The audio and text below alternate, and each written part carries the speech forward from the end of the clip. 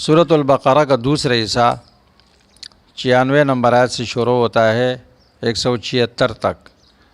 اس میں مسئلہ رسالت پر وارد ہونے والے 9 شبہات کے جوابات ہیں۔ پہلا شبہ، ہم اس پیغمبر کو اس لیے نہیں مانتے ہیں، یہود نے کہا کہ اس پر وحی لانے والا فرشتہ جبریل ہے اور وہ ہمارا دشمن ہے، اگر میکائیل ہوتا تو ہم مان لیتے۔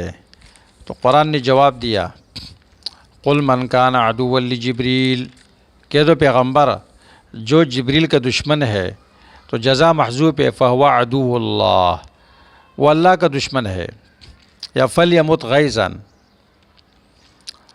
فإنہ نزلہ علی قلبک یدار بالجزاء، کیونکہ وہ اللہ کے حکم سے قرآن لے کر آتا ہے، تو اس کے ساتھ دشمنی یا اللہ کے ساتھ دشمنی ہے۔ تو یہود نے قرآن کی سند پر اعتراض کیا، اور یہی دشمنوں کا کام ہوتا ہے کہ وہ دین کی سند پہ اعتراض کرتے ہیں۔ قرآن کی سند ہے محمد عن جبریل عن اللہ تعالی، تو انہیں جبریل پر اعتراض کیا، اللہ نے اس کا دفاع کیا۔ طرح صحابہ اکرام بھی دین میں سند ہے، اور فقہی احکام میں ائمہ اکرام دین کی سند ہے۔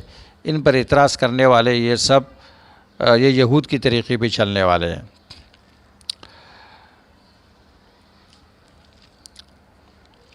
دوسرا شبہ،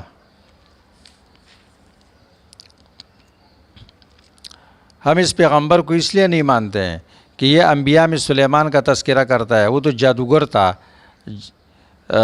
جادو پر حکومت چلاتا تھا۔ جواب، واتبعوا ما تتلو الشیاطین علی ملک سلیمان وما کفر سلیمان، ان یہودیوں نے شیاطین کے پڑے ہوئے جادو کی تابعداری کی سلیمان علیہ السلام کے بادشاہی کے زمانے میں۔ جادو تو کفر ہے، وما کفر سلیمان، سلیمان علیہ السلام نے کفر نہیں کیا۔ ولیکن الشیاطین کفروا یعلمون الناس السحر، شیاطین نے کفر کیا، وہ لوگوں کو سحر سکھاتے تھے۔ تیسرا شبہ، اگر جادو میں کفر ہے تو ہاروت و ماروت کیوں جادو کرتے تھے؟ جواب، وما انزل علی الملکین ببابل ہاروت و ماروت وما يعلمان من احد حتی یقولا انما نحن فتنة فلا تکفر، وہ تو ابتلاء کے لیے آئے تھے تاکہ لوگ جادو اور معجزے میں فرق کر سکے اور جادو سے بچے۔ جیسے پولیس کو جرائم کے ٹریننگ دی جاتی ہے، اس لیے نہیں کہ وہ جرم کرے، تاکہ جرائم پکڑے۔ تو انہوں نے جادو سکھایا، کہا جادو کر کے فتنے میں نہیں پڑنا، کافر نہیں بننا، لیکن انہوں نے اس کو غلط طریقے سے استعمال کیا۔ فَيَتَعَلَّمُونَ مِنْهُمَا مَا يُفَرِّقُونَ بِهِ بَيْنَ الْمَرْءِ وَزَوْجِهِ، اس کے لیے استعمال کیا۔ لیکن جادو بھی اللہ کی مشیت کے بغیر مؤثر نہیں ہے، وَمَا هُمْ بِضَارِّينَ بِهِ مِنْ أَحَدٍ إِلَّا بِإِذْنِ اللَّهِ۔ چوتھا شبہ، بے ادبی کے الفاظ استعمال کرتے تھے۔ وہ الفاظ جو مہم شرک ہے، مہم بے ادبی ہے، کا اس طرح کے الفاظ مت استعمال کرو جس کو کافر بے ادبی کا ذریعہ بنائے۔ یا ایھا الذین آمنوا لا تقولوا راعنا، غلط لفظ یہود استعمال کرتے تھے، منع ایمان والوں کو کیا گیا۔ تو اس میں ضابطہ سامنے آ گیا کہ جس لفظ کے اندر 2 معنی ہو، صحیح معنی بھی ہو، غلط معنی بھی ہو، دشمن غلط معنی استعمال کرتا ہو، اس لفظ کو چھوڑ دو۔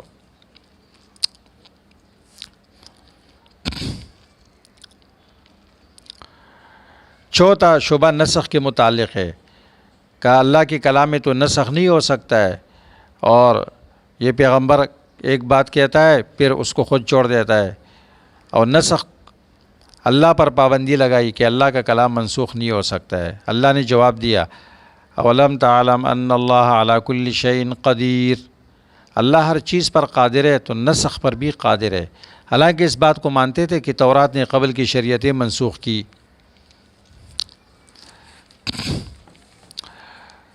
یہود کی دل کی بات اللہ نے بیان کی، وَدَّ كَثِيرٌ مِّنْ أَهْلِ الْكِتَابِ لَوْ يَرُدُّونَكُم مِّن بَعْدِ إِيمَانِكُمْ كُفَّارًا، تمہیں کافر بنانے کی چکر میں ہے یہ۔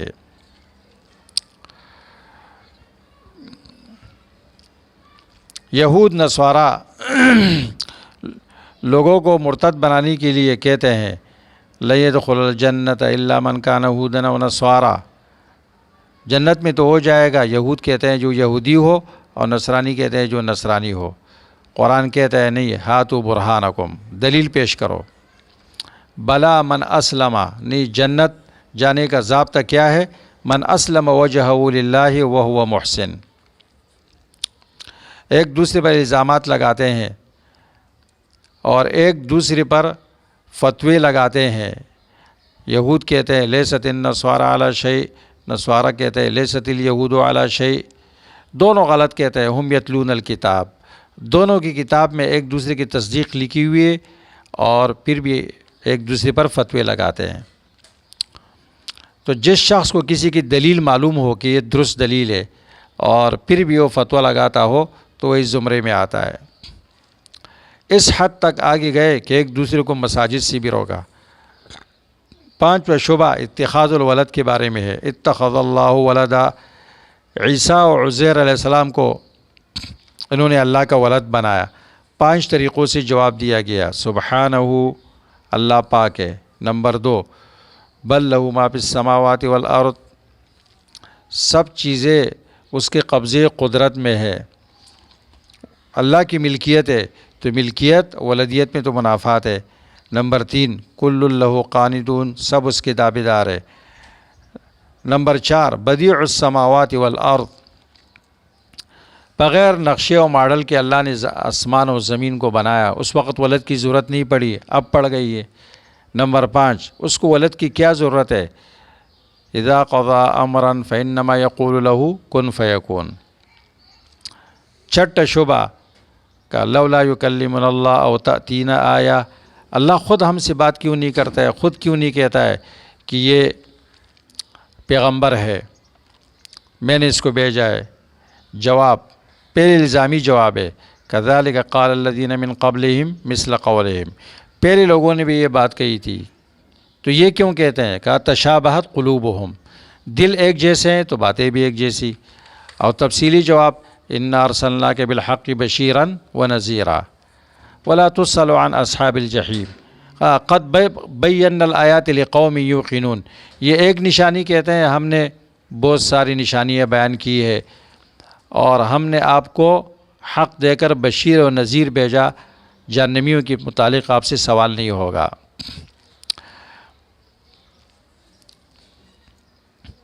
الکفر ملت واحدہ ولن ترضى عنك اليہود ولا النصارى حتى تتبع ملتهم، آپ ان کی خواہشات کی تابعداری نہ کریں اور جو صحیح یہود ہے وہ مانتے۔ یا بنی اسرائیل سے یہود کی داستان شروع ہو گئی تھی، یا بنی اسرائیل پر ختم ہو رہی ہے۔ اس کے بعد ابراہیم علیہ السلام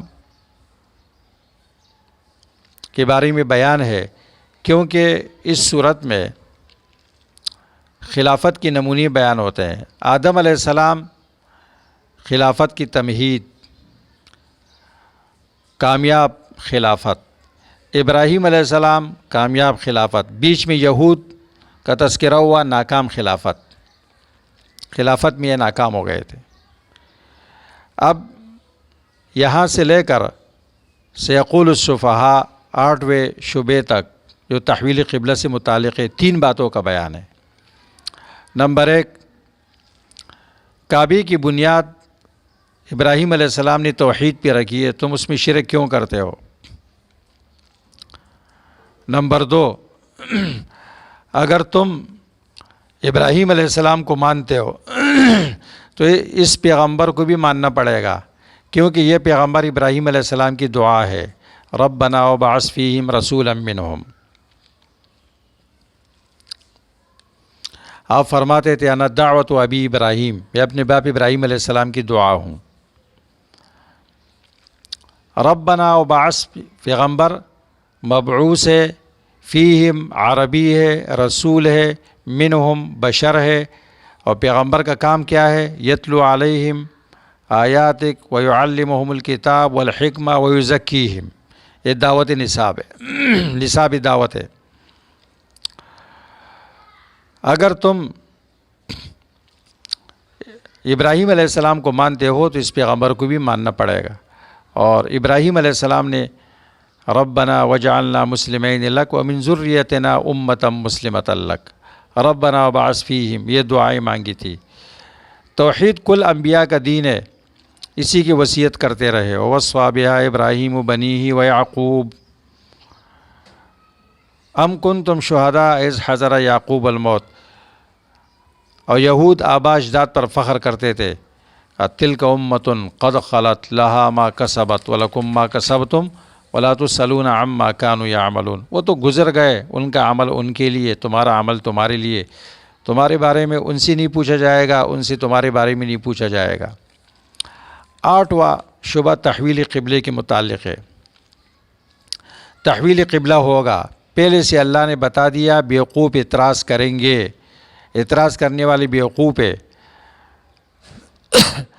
اور یہ پیغمبر کا معجزہ ہے کہ جس طرح خبر دی تھی اسی طرح ہو گیا. اور یہ ہونا بھی تھا، کیونکہ ان کی کتابوں میں لکھا تھا کہ نبی آخر الزمان ذو قبلتین ہوں گے.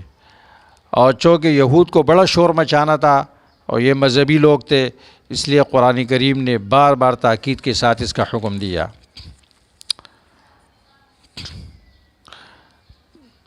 پھر شہدائے بدر کی عظمت کا بیان ہے. یا ایھا الذین آمنوا استعینوا بالصبر والصلاۃ. کا یہود شور مچائیں گے صبر کی تلقین، سلمانو صبر کرو. اس سے زیادہ صبر کی نوبت آئے گی، تم میں شہید بھی بنیں گے، اس پر بھی صبر کرنا پڑے گا. شہدائے بدر کی عظمت. ولا تقولوا لمن یقتل فی سبیل اللہ اموات. وہ عام مردوں کی طرح نہیں ہے.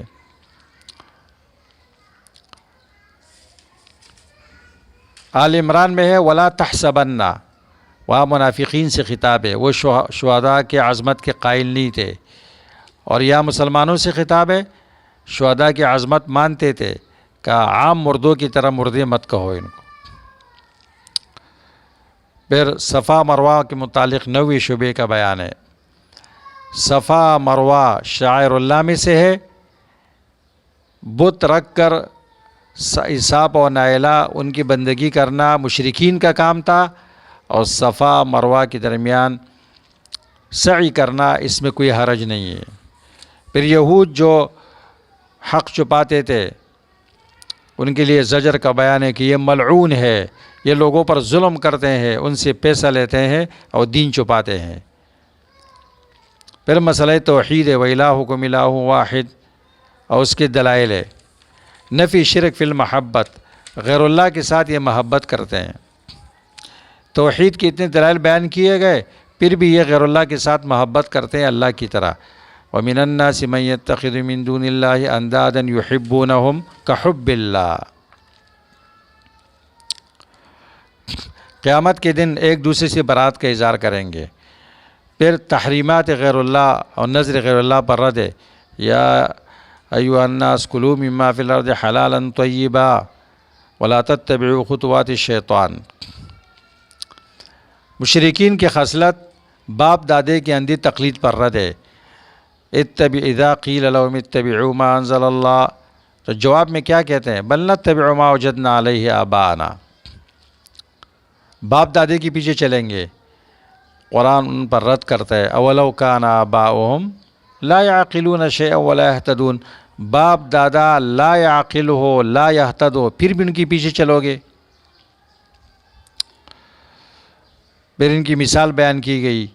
اور پھر نظر غیر اللہ پر رد ہے. انما حرم علیکم المیتۃ والدم ولحم الخنزیر وما اہل بہ لغیر اللہ. اور اس کے بعد کاتمین حق کے لیے وعید کا بیان ہے. اور یہاں تک سورت کا یہ حصہ ختم ہو گیا. اب تیسرے حصہ جہاد کے بیان میں ہے.